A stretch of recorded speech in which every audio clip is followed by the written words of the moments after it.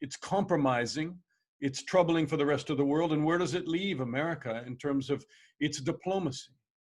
Well, we live in a glass house. Race has been a curse on our history. We've never gotten it right. We've never done right by the African American community, going all the way back to 1619, Dana, when the first slave ship arrived in Virginia.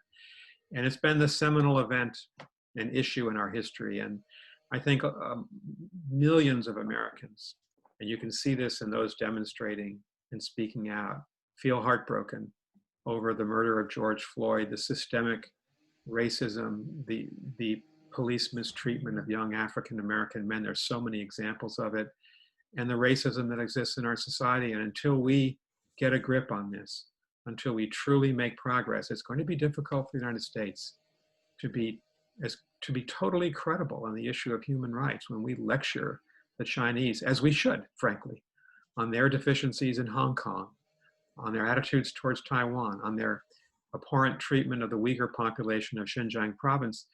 The Chinese come right back at us with this charge, well, look at your own house. And so I think we're at a point in American history where our greatest weakness globally are the dysfunctions in Washington, the political dysfunctions, the racism in our country, the red-blue divide.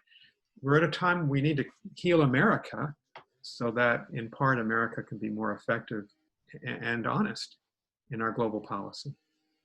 Are you confident that you're in a healing process, or are you just entering something more dangerous than that? It's interesting. I'm confident that I've never seen the American public more engaged on race than it is right now. African Americans have always been engaged. They have to be engaged. They're the victims. White Americans are taking to the streets and speaking out in a way that I never thought was possible.